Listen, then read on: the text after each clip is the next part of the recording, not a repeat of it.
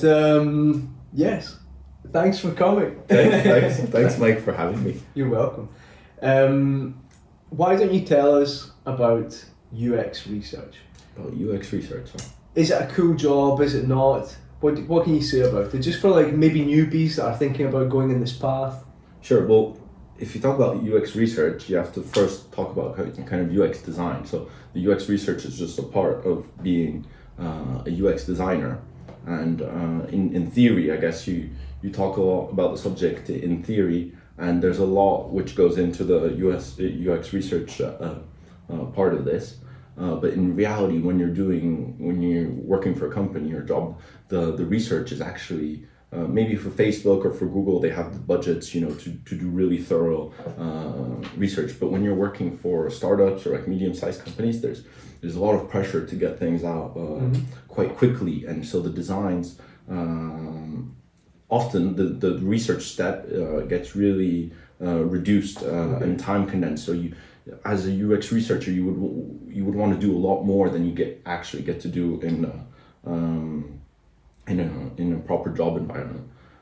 That's so. Can I interrupt you? Of course, yeah. That's so interesting, because my idea of it really was like, and maybe there's different brands of this UX job, and because the Facebook people that had contacted me for this possibility, it really seemed to be so heavily based on like understanding the customers and trying different like A/B tests online, and just basically trying to get these like consumer insights or customer insights, and then it almost sounded to me like once you got these insights and you figured something out that could be useful to ameliorate and perform to improve the experience, then it almost sounded to me like you would just hand that all over to somebody else, basically. And then that other person, I guess in big organizations, I don't have the experience. I've never worked in a huge corporate structure doing UX design. My experience is always companies between like 60 to 30 people. And in those companies, you don't get to do that much. You don't get to do that much research. It really depends on the budget that the company puts on the UX. And the first thing that always gets cut is the research research aspect. So as a UX designer, like the way typically what your job is to find out how your users interact with your brand or your product. Like that's your primary job. And then.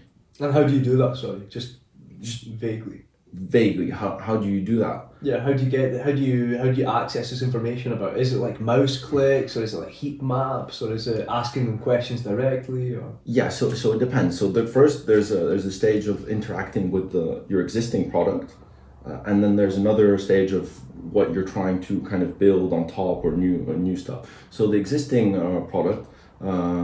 Usually you build in a bunch of plugins that measure things. So you'll have A/B tests going for different things that you're trying to measure. It's conversions on set goals. You'll have certain things within an app that will either bring the company money, in the case of like selling something, or for other apps, the product manager will determine like this is something that we want the users to do, to either collect data or do something else. And so there you do often end up doing A/B tests to see what improves conversion the most. You have tools, of course, that do heat maps and click maps.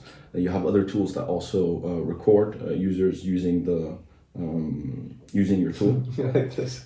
Yeah, the scrolling. So using the tool, but in essence, yeah, the most of an existing product, the most you get usually is out of the meat you get out of the A/B tests.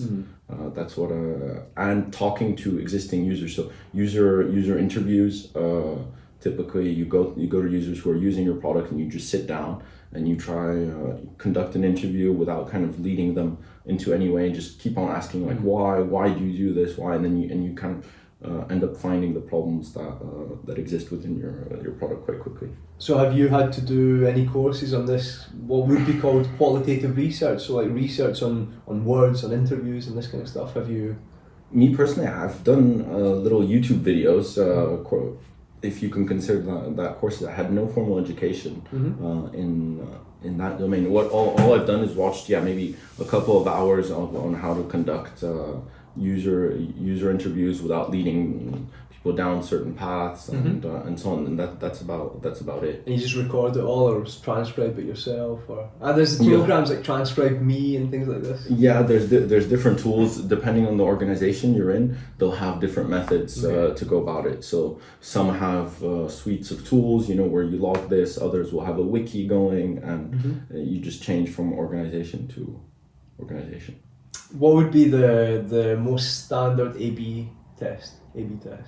Like, would it be on 2 geographical locations, or maybe on a Monday we'll try this and on a Tuesday we'll try that, or is it on different segments of the population? Like, what would be? Typically, in the organizations that I worked for, the A/B test we would usually keep the demographic the same, or the population we're testing something on, and we would modify something within the product. So you'll keep the testing population the same, but you'll change, for example, I don't know, how your header is displayed, the color of your button, and the image maybe on a certain screen, and then we would measure the conversion to the next screen. So if on screen A, 20% will click the button, on screen B, 25 will click through, and then you run this experiment for I don't know.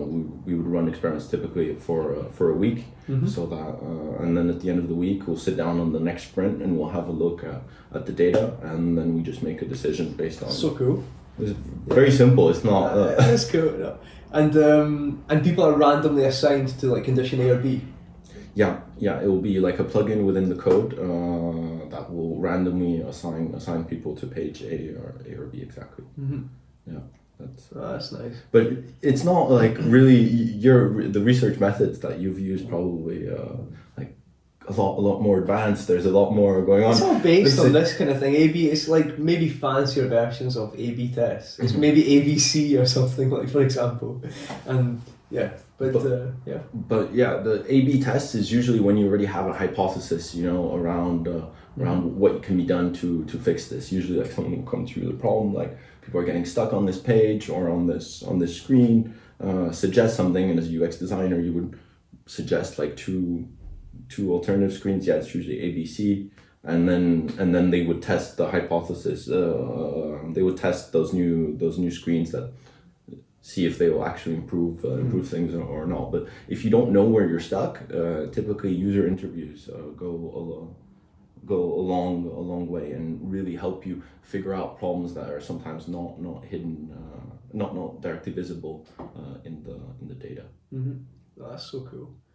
And as you said, like, probably some psychology or marketing background, either or, could be useful. Or it definitely could be useful. The people that I've seen most end up in UX roles, so it's ex graphic designers, ex web designers. There's a large proportion of those people who've transitioned to this.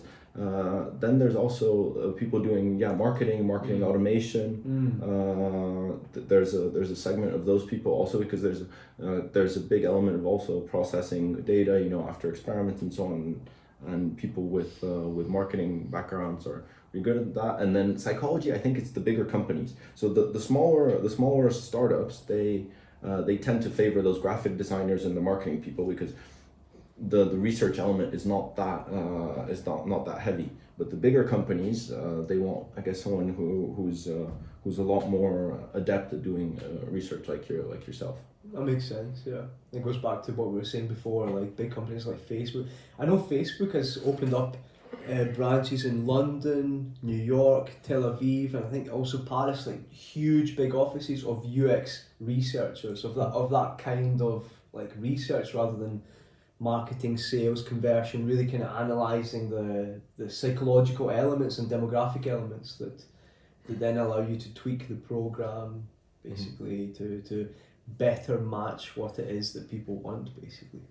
And I would love to see what they do in there. I only have 4 years of like UX experience overall, and it's always been at small companies. I would love to see what goes on at the very kind of Well, I can tell you, like, they gave me an example, and so at the time I didn't even have Facebook because I deleted it, and then recently I got it again. But the person, because I said, okay, we're discussing this to this like kind of recruiter, I said, could you give me an example? And he sent me some PDFs, and he showed me this emoji of like with a heart or something like this, or like, and it means care or something. And in Facebook emoji language, it means care, and he said that it was like some UX researcher that had really done all his research, his or her research, like really in depth, and had realised that the people that were using emojis on Facebook, there was like some kind of gap in the market, so to speak, and that people were wanting to communicate something rather than texting it, and something that wasn't really available through what was available at the time. And then this person suggested this like emoji, and they must have like had a meeting about it, and then it was approved. And so then it got me thinking that on one hand, it seems like a little bit childish and ridiculous that then like this is what we're speaking about, like literally a little kind of emoji thing with a heart. But and it made me laugh thinking about this guy's probably going back home to like his wife or something and saying they've accepted the emoji care thing, like I'll get a huge big bonus. But so that's the ridiculous thing. On the other hand, I think, well, oh my God, if somebody's done his research and nobody else had identified this kind of gap in the market, and he thought, well, just with this little graphical emoji thing, and I can get people to somehow communicate better between them, have a better experience on the thing, then, you know, touche, basically, like, you know, good on this person. But to be honest, they have profound consequences. If you work for one of these huge companies like Facebook, the small UX decisions that are made there have really profound consequences. There's a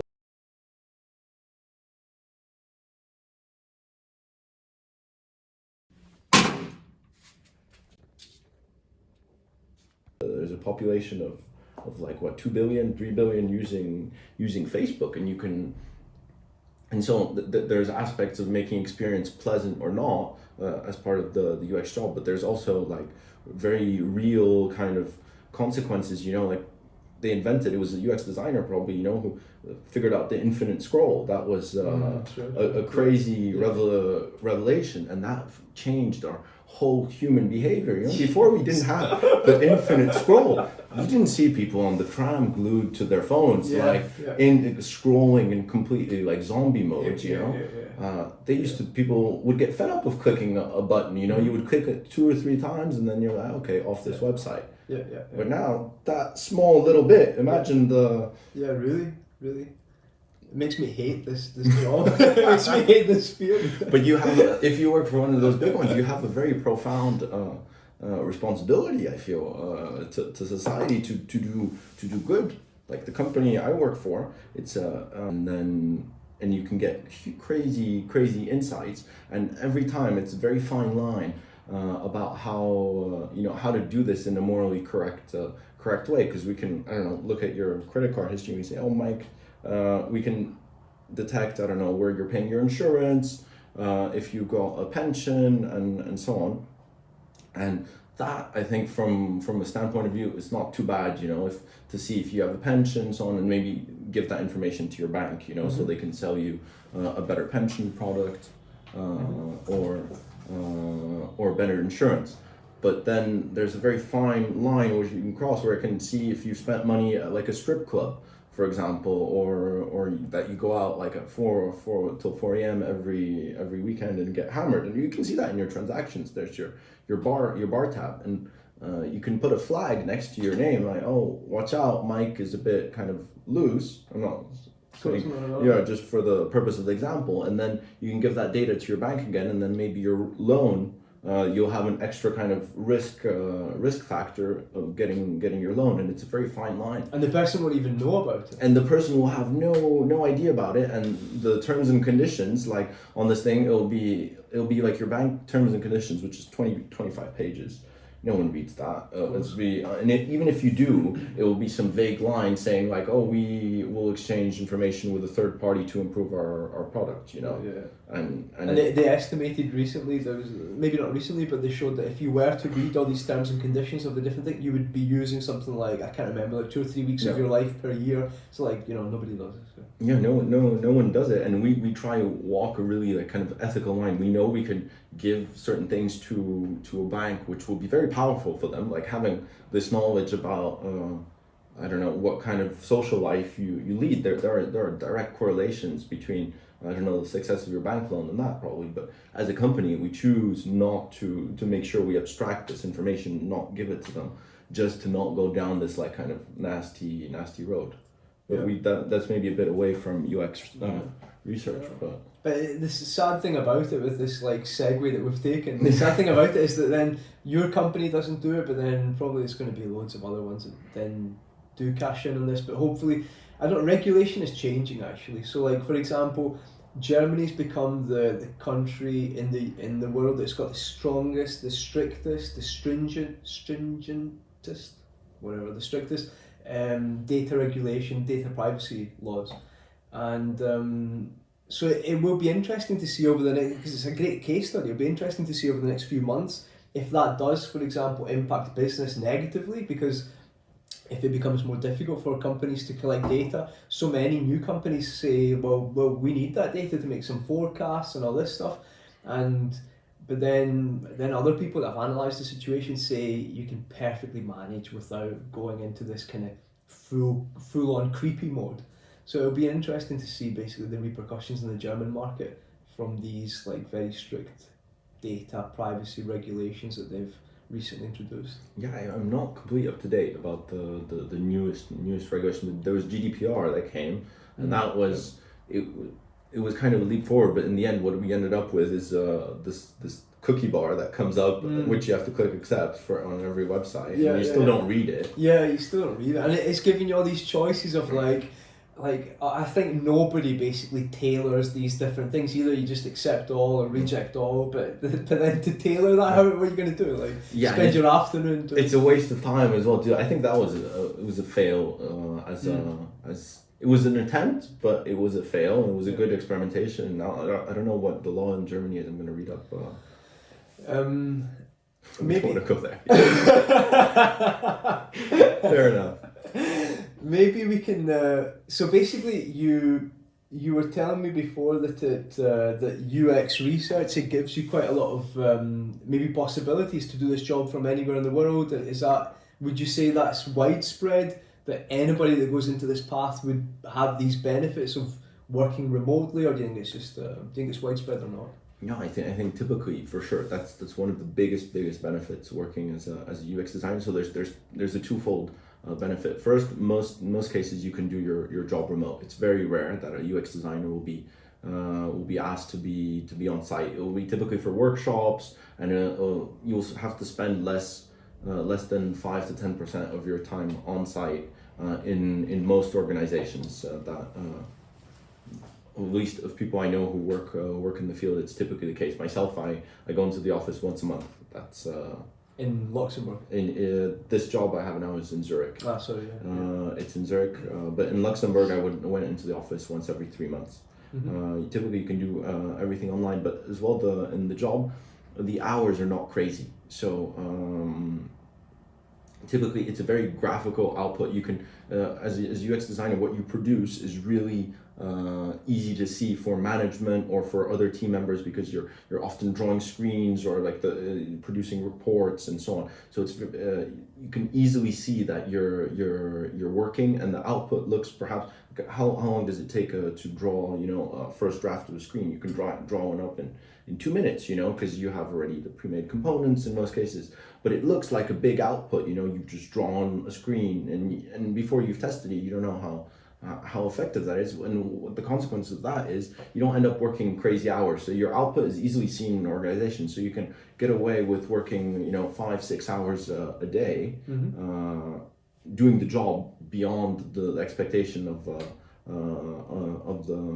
the company, and living anywhere. So you get to get to enjoy the benefits of the city at night, and That's nice. and so on. That's so nice. And the pay, you would say, is like. So the pay, yeah, the pay in Switzerland, we're actually the country that pays UX designers the most. So Nice. so- I was worried you were going to say the least. no, the most, and it's I think the average salary. I looked it up like a month ago. I think it was 104K. 104. A year, Mm-hmm. Swiss francs, Mm-hmm. and that's the average salary in Switzerland at least, Mhm. and the range is between, like, a beginner will start off with around 80K a year, and it will go to about 120. But there's not a lot of people 120. Yeah. So you're earning 10K a month. Yeah. That's about the top end. There's not a lot who get paid more. I think the worldwide average for a UX designer is somewhere around 60K. Okay. 60K a year. So yeah, that's still pretty nice. But the ideal scenario is you find a job in Switzerland and you go travel. Yeah, that's true. That sounds beautiful. And do they add anything on, like a senior UX? Like, can you not smash through that 120K?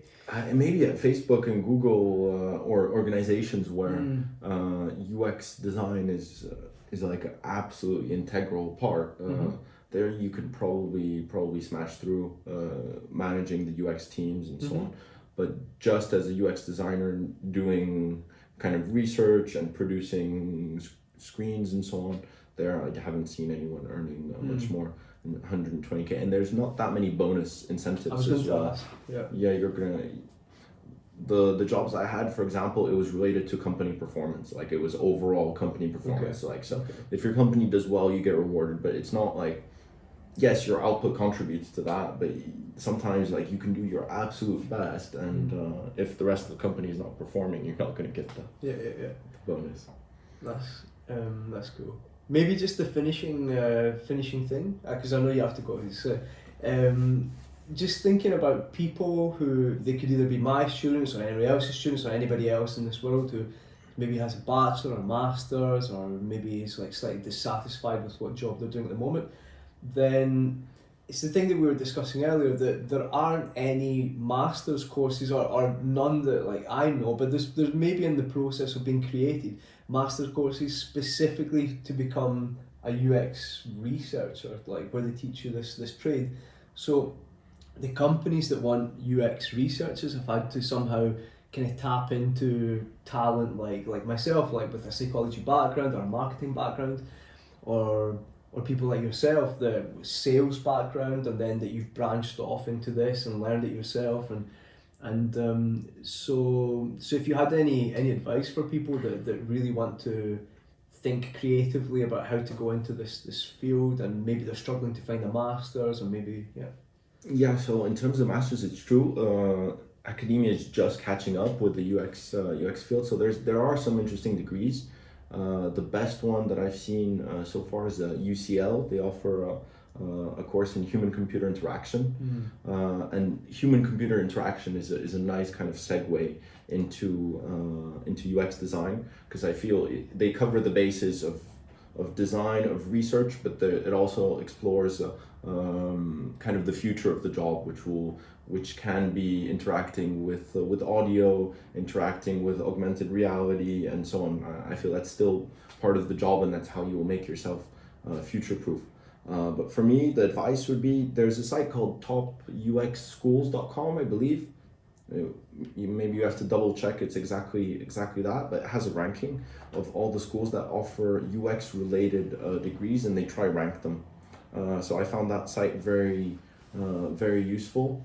And apart from that, there's also the online courses offered by Google, by Facebook. They offer free online courses, and Coursera and Udemy, all those platforms. They're Coursera, yeah, I love this. Yeah. There's really well crafted UX courses that cost really nothing, and all you need to really get started off in a UX role is sign up for one of those courses. It typically takes, I don't know, a month to 2 months. You learn the tools that you need to use, and then you start creating a mock portfolio. So everyone hires off a portfolio or past experience, and if you don't have any past experience, if you craft a good enough mock portfolio and then hand it hand it in for your next job application. It could land you easily. It could land you a job in UX because at the moment there's too much demand, not enough supply. So that almost never happens in any field. There's too much demand. yeah, I feel there's UX jobs all over, and I think it's a very very good field to get into if you want a good quality of life balance. If you want to combine maybe your analytical side together with a creative side, because you get to do a bit of both. You get to remain creative and at the same time kind of do logical problem solving. And for me, I think it's a great job, and I would recommend to any of your students to explore that path. Nice. You seem happy and passionate when you speak about it. No, I am. Since I've switched, I used to work at a bank before, in a sales role. Since I switched to UX, like my life changed. Like I'm happy every day going into the office and doing the work that I have to do, and like I don't notice the time fly when I do it. Amazing. And the office is open space, open. Yeah. So right now I work at a co-working. Cool. So I find it very hard to concentrate at home. So when COVID set in, I just went and I rented out a co-working space, and because the price is decent. The price is you end up paying like $300 a month. I can manage that. Yeah, if you want to work in an open space with a bunch of people, and you can get kind of shared office spaces where you have 6 to 8 people and you have your own fixed desk. Because sometimes you want the setup with the 2 monitors, and there you'll set you back like $700 in Switzerland at least. But in Barcelona, for example, there's a place called Sir Victor. It's like a members club. They have a co-working, and you have a spa, sauna, gym, and so on. Like crazy. Are you a member? I explored it while I was there, but you pay like €150 and you get actually €150 person big. You get co-working, spa, and gym, so you get great interaction with people, and then you get to work out and wellness at the end. Why did I only spend 3 days in Barcelona? I don't know. Like, what am I doing here? No, that sounds amazing. No, I think that's everything really. You've tapped on all these, all the top points, the key points. Well, I'm glad I could enlighten some of your students. I hope it was useful.